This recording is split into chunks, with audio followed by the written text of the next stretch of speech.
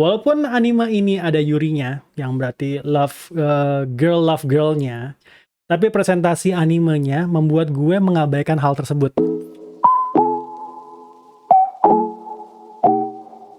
Selamat datang di kamar gue, di Kamar Rama. Menurut gue, menilai sebuah film, TV series, ataupun anime itu terlalu subjektif. Jadi karena kita nggak punya preferensi yang sama, kultur yang sama, lingkungan yang sama, dalam satu keluarga aja, kita punya kesenangan dan ketidaksukaan yang beda-beda. Apa yang menurut gue menarik, belum tentu menurut orang lain akan menarik. Dan ini nggak bisa dipaksain. Tapi bisa dimengerti kalau pikiran lu terbuka.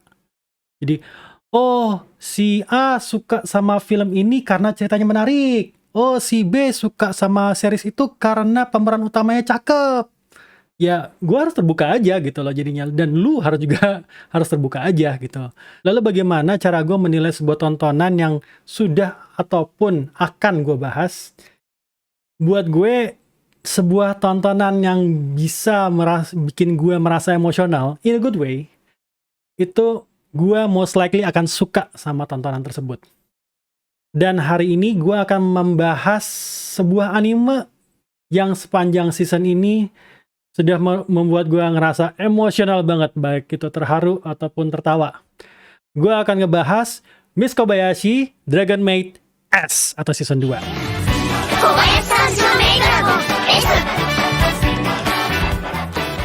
Kobayashi Dragon Maid S, atau ya ini season 2-nya ya. Season 1-nya udah pernah gue bahas dan gue review. Ini berjumlah 12 episode dengan durasi kurang lebih 20 menitan. Dirilis pada tanggal 8 Juli 2021 dan episode terakhirnya itu tanggal 23 Juli 2021. Yes, jadi anime ini kurang lebih baru saja berakhir waktu video ini keluar. Gue nonton ini gratis di BeStation atau blibli.tv.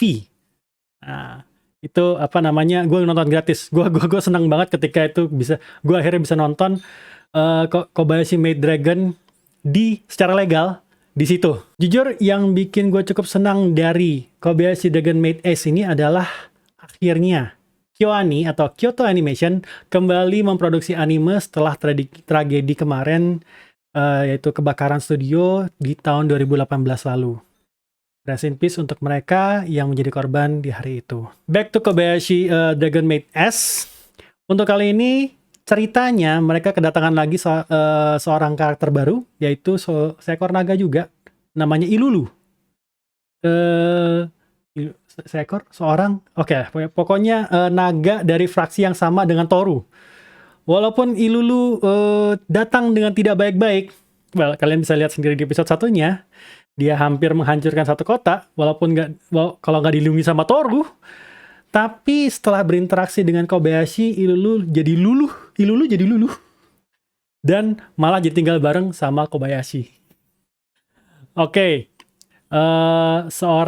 Kobayashi adalah seorang cewek single yang bekerja sebagai programmer, ngefans banget sama Maid, dan kudu ngopenin 3 naga di rumahnya. Repot juga ya.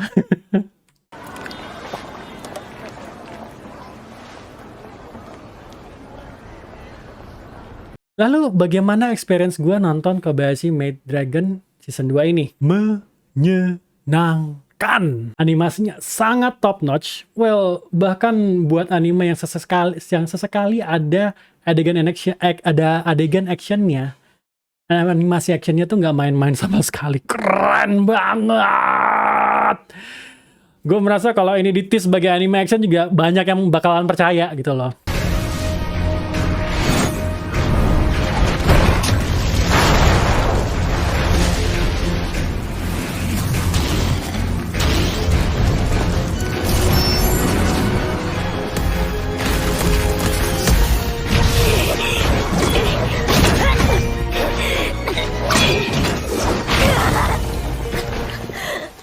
Lagu openingnya dari Fana yang judulnya Supreme. Catchy banget di kuping.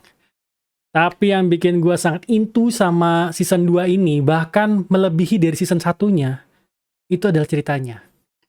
Di balik hari-hari Toru, Kobayashi, Kana, dan kawan-kawan, Itu tersimpan problem yang mereka pendam sendiri-sendiri tapi mulai membaik seiring mereka hidup bersama. Dari Lukoa, yang apa namanya, naga yang paling gede dadanya. Cuman pengen tempat di mana dia tidak ditolak.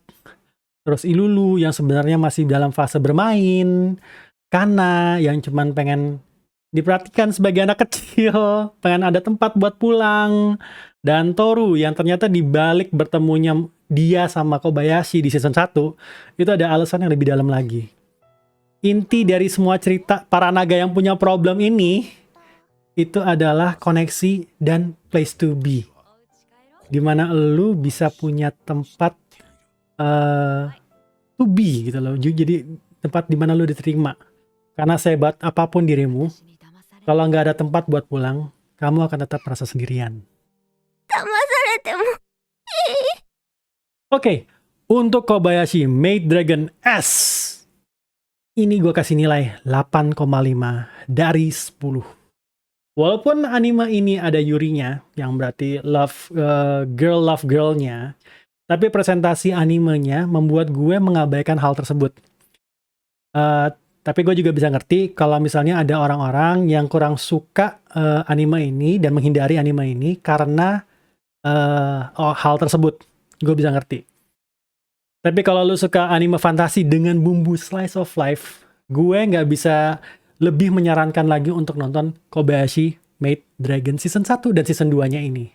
Tapi ingat ya, ini rate-nya agak dewasa, karena pembahasannya agak dewasa, jadi jangan ajak anak-anak lu buat nonton. Nah, buat kalian yang udah nonton, gimana menurut kalian Kobayashi Maid Dragon S ini? Tulis di kolom komen ya. Terima kasih sudah nonton Kamarama. Sampai jumpa di Kamarama selanjutnya.